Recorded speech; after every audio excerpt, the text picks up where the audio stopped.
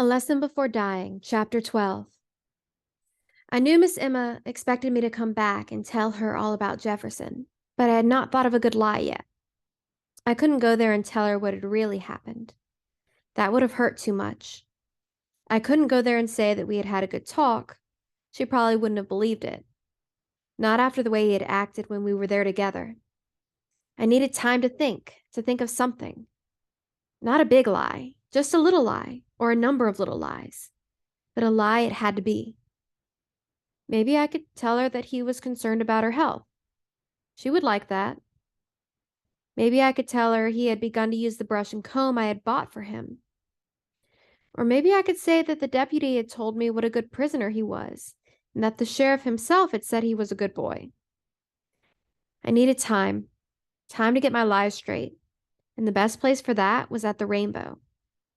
I got in my car and drove back of town.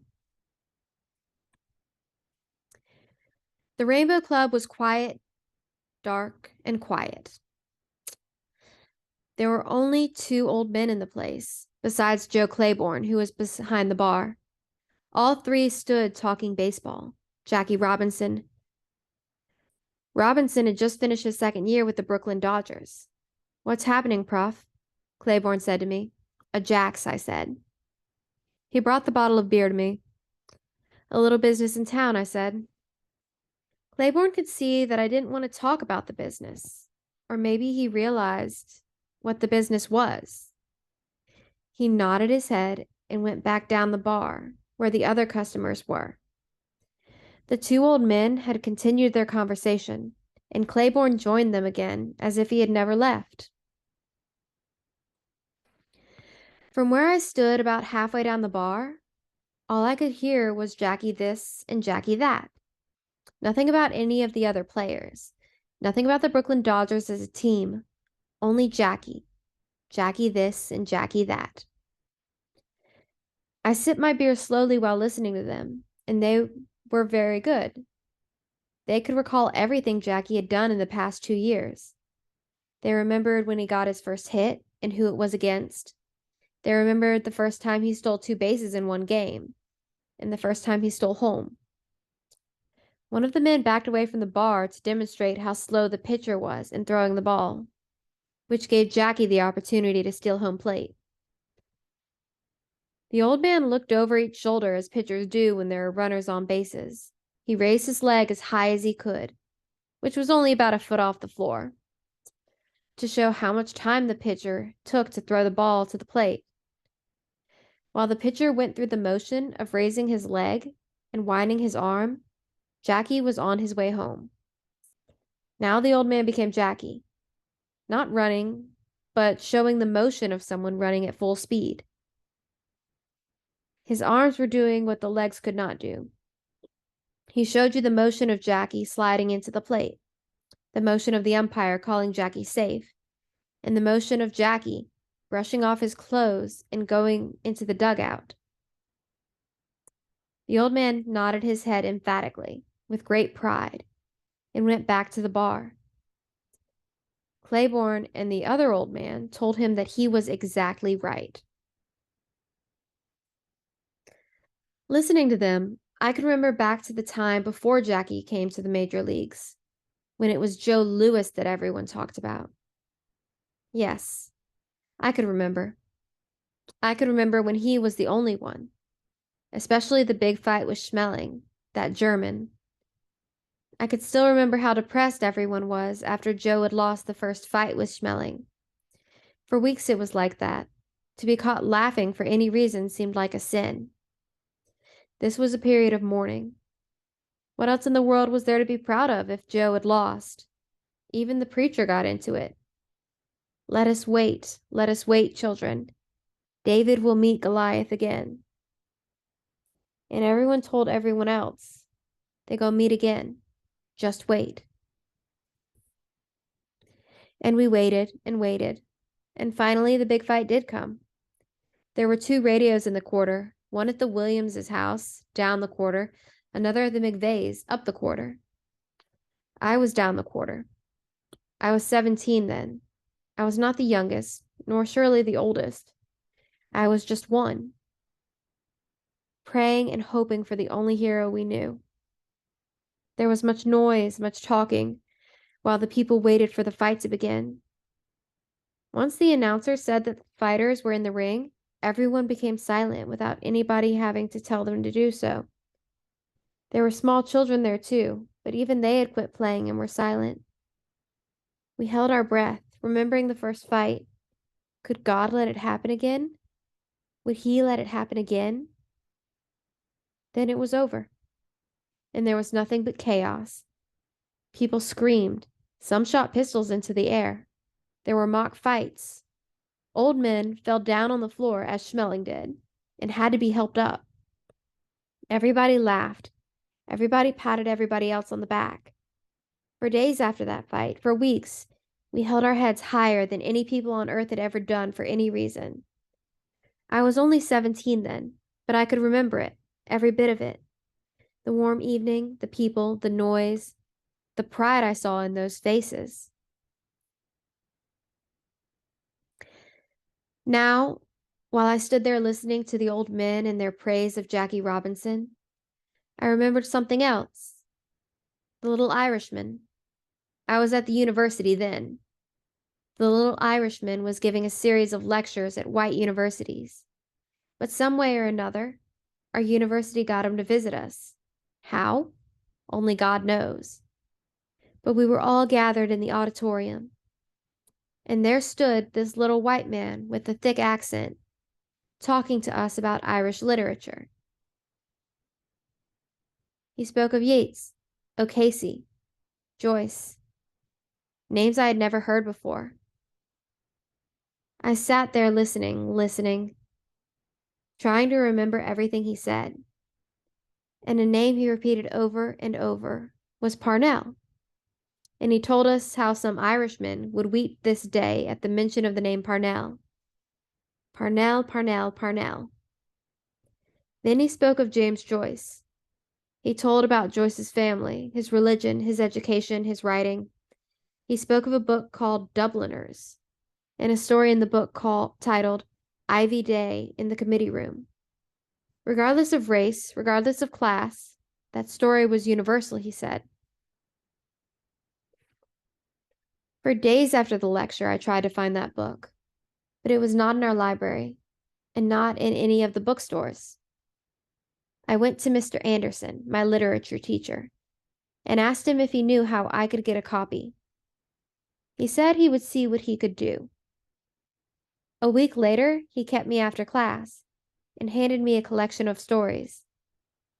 It was not Joyce's Dubliners, but an anthology of short stories, with Ivy Day in the Committee Room included as one of them. Mr. Anderson had gotten a professor at the White University to check the book out of his library for him. He's a pretty decent fellow, Mr. Anderson said about the white professor. Some of them are, you know, and always remember that. Now take care of that book. You can keep it a week, and it had better come back to me in the same condition which it left. You understand me, don't you, Wiggins? I read the story and reread the story, but I still could not find the universality that the little Irishman had spoken of. All I saw in the story was some Irishmen meeting in a room and talking politics. What had that to do with America, especially with my people? It was not until years later that I saw what he had meant. I had gone to bars, to barber shops. I had stood on street corners, and I had gone to many suppers there in the quarter. But I had never really listened to what was being said. Then I began to listen closely to how they talked about their heroes, how they talked about the dead, and about how great the dead had once been. I heard it everywhere. The old men down at the end of the bar were still talking about Jackie Robinson. But I was not thinking about Jackie now, or Joe Louis, or the little Irishman. I was thinking about that cold, depressing cell uptown. I raised my hand for Claiborne to bring me another beer. He gave me the bottle and looked into my eyes, and he could tell that I didn't feel like talking. So we went back down the bar to where the old men were still talking baseball. I didn't want to think about that cell uptown. I didn't even want to think about Miss Emma and the lies I had to tell her. I wanted to think about more pleasant things. I thought about Vivian. Now, there was not a more pleasant thing in the world to think about. Today was Friday, wasn't it? And wouldn't it be nice if the two of us could go somewhere and spend the entire weekend? Wouldn't that be nice? I would be able to forget the whole thing for at least a couple of days. Damn it, it would be so good if we could go away and never come back. I knew I could find a job doing something else, and so could she. If we could just get the hell away from here. Just go away. The old men down the bar continued to hit the ball, throw the ball, and slide into bases. And my mind went back to that cell uptown, then to another cell somewhere in Florida. After reading about the execution there, I had dreamed about it over and over and over, as vividly as if I were there. I had seen that cell, heard that boy crying while being dragged to that chair. Please, Joe Louis, help me. Please help me. Help me. And after he had been strapped in the chair, the man who wrote the story could still hear him cry, Mr. Joe Louis, help me. Mr. Joe Louis, help me. And down the bar, the old man went on hitting the ball, running the bases, and sliding home. And I wondered if the one in that cell uptown would call on Jackie Robinson, as the other one had called on Joe Louis. Taking off, Prof? Claiborne asked me. I have to find my lady, I said. Take it easy, Prof. I waved my hand to the old men. They nodded to me. The school was 3 or 4 blocks away on the main street, but everything back here was pretty close to everything else. The school was on the same street as the Catholic church, the movie theater, the mortuary, a cafe, and the ice cream parlor. The grocery store was not far from the church, but on another street. The barbershop and a gas station weren't too far from the mortuary. Everybody knew everybody. Everybody knew everybody else's business. I parked in front of the movie theater and watched one of the teachers direct the children onto the school bus. When the bus drove away, I got out of my car. What's happening, handsome? The teacher said. What's going on, Peggy? Thank God it's Friday, she said. She's still inside. Having a drink later?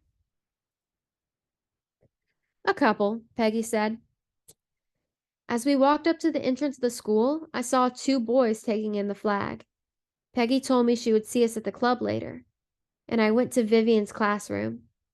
The school had only 5 rooms, and in some the classes were doubled. Vivian taught the 6th and 7th grades. The children had all gone, and she sat behind her desk looking over papers.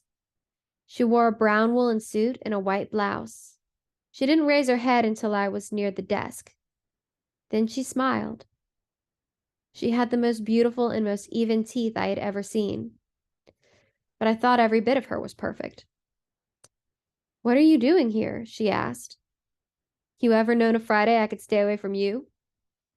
I went around the desk and kissed her.